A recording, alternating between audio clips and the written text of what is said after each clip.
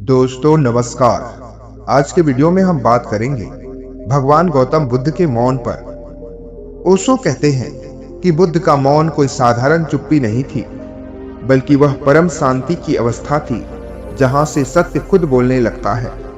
जब बुद्ध को ज्ञान हुआ तो वे 7 दिन तक चुप रहे। चुप्पी इतनी गहरी, इतनी रसपूर्ण थी कि बोलने की इच्छा ही नहीं जागी। रोम रोम उस मौन में नहाया हुआ था। देवलोक तक थर्राने लगा। देवताओं को लगा कि अगर बुद्ध चुप रहे तो यह परम अनुभव दुनिया तक नहीं पहुंचेगा। ब्रह्मा खुद देवताओं के साथ आए और बुद्ध के चरणों में झुके। ओशो कहते हैं, साधारण आदमी वासना से बोलता है, कुछ पाने की इच्छा से, लेकिन बुद्ध पुरुष करुणा से बोलते हैं, कुछ बांटने की करुणा से। साधारण व्यक्ति बोलता है ताकि कुछ मिल जाए, पर बुद्ध बोलते हैं ताकि तुम भी उसके अनुभव के साझेदार बनो। लेकिन बोलने से पहले मौन की शर्त पूरी करनी पड़ती है। मौन हो जाना पड़ता है, शून्य हो जाना पड़ता है। यही विरोधाभास है। जो मौन का मालिक हो जाता है उसे बोलने के लिए मजबूर करना पड़ता है। बुद्ध चुप रहना चाहते थे, लेकिन करुणा ने उन्हें बोलने पर विवश कर दिया। कल्पना कीजिए उस क्षण को, बोधि वृक्ष के नीचे बुद्ध बैठे हैं। ज्ञान की वर्षा हुई, मन के सारे विचार थम गए। कोई इच्छा नहीं, कोई तृष्णा नहीं, सिर्फ शुद्ध मौन। ओशो कहते हैं कि मौन कोई खालीपन नहीं, वह पूर्णता है। बुद्ध का मौन शून्यवादी था, लेकिन शून्य से ही पूर्णता फूटती है। बुद्ध ने कहा, जीवन क्षणभंगुर है, अनित्य है, सब कुछ बदलता रहता है। इस अनित्यता को समझने से ही धर्म में प्रवेश होता है, और इस समझ का द्वार मौन है। शोर में तो हम भटकते रहते हैं, मौन में ही सत्य का दर्शन होता है। ओशो अपने प्रवचनों में बुद्ध के मौन की बार बार चर्चा करते हैं।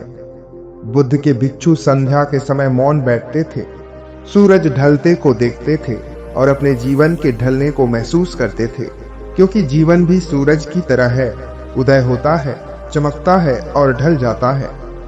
इस ढलने को मौन से देखो तो मृत्यु का भय गायब हो जाता है। मृत्यु भी एक ढलना है, एक नया उदय है। बुद्ध का मौन मृत्यु से परे था।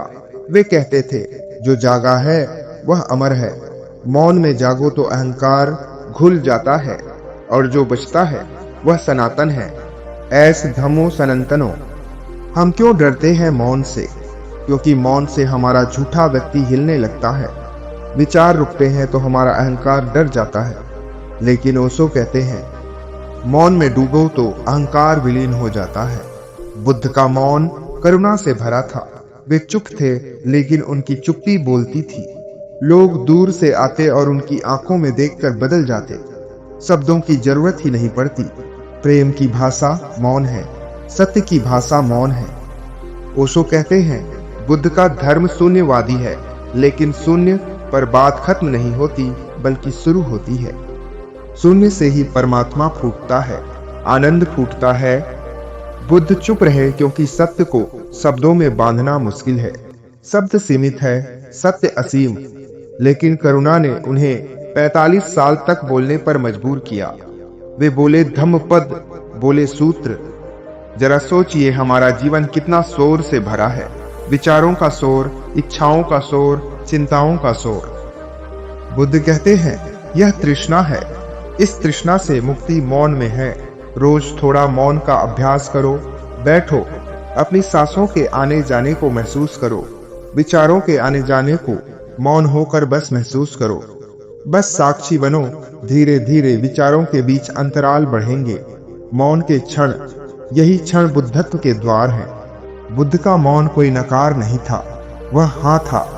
जीवन की हाँ, अस्तित्व की हाँ। मौन में डूबकर बुद्ध ने जाना कि सब कुछ जुड़ा है, सब एक है। ओशो कहते हैं, बुद्ध हिमालय जैसे हैं, शांत, ऊंचे, हिमाच्छादित। उनका मौन ठंडा नहीं, गर्म था, करुणा से। मौन अगर ठंडा हो तो मृत है, लेकिन बुद्ध का मौन जीवंत था। वे चुप बैठते थे, लेकिन उनकी उपस्थिति हजारों को बदल देती थी। आज भी बुद्ध की मूर्तियां मौन में बैठी है, और लाखों लोग उनके सामने शांत हो जाते हैं। क्यों? क्योंकि मौन संक्रामक है। बुद्ध का मौन हमें सिखाता है कि बोलना जरूरी नहीं, कभी कभी चुप रहकर ज्यादा कहा जा सकता है। बुद्ध ने मौन से शुरू किया, करुणा से बोला और फिर मौन में लौट गए। उनके निर्वाण की रात फिर मौन था, परम मौन। हम क्यों भागते हैं मौन से? क्योंकि मौन में खुद से मिलना पड़ता है, और खुद से मिलना डराता है, क्योंकि वहां अहंकार नहीं टिकता। पर बुद्ध कहते हैं, अहंकार छोड़ो, मौन में उतरो। वहां कोई दुख नहीं, कोई चिंता नहीं, सिर्फ आनंद है। बुद्ध का मौन आनंद था, शांति था, करुणा था। वे चुप थे, पर उनकी चुप्पी दुनिया को जगाती थी। मौन का अभ्यास करो, रोज थोड़ा समय निकालो, प्रकृति में बैठो, पेड़ों के बीच, नदी किनारे।